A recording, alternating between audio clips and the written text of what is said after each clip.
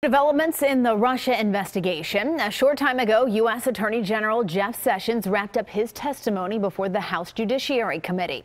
Lawmakers grilled Sessions about his involvement in the 2016 presidential campaign. Please raise your right hand.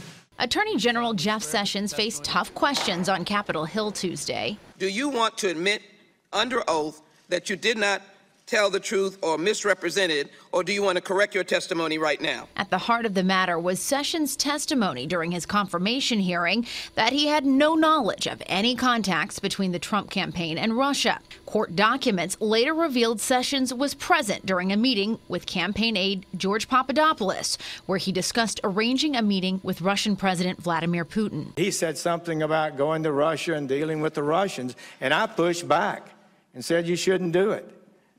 So I don't think it is right to accuse me of doing something wrong.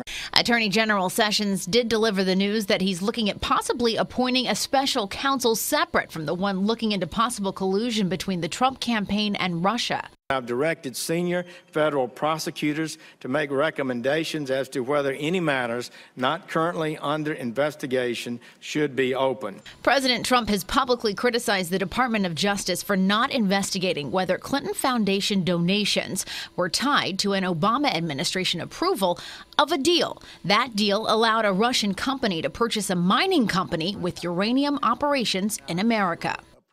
Former DOJ officials tell CBS News they believe the Uranium One investigation is part of a long-term strategy to discredit special counsel Robert Mueller.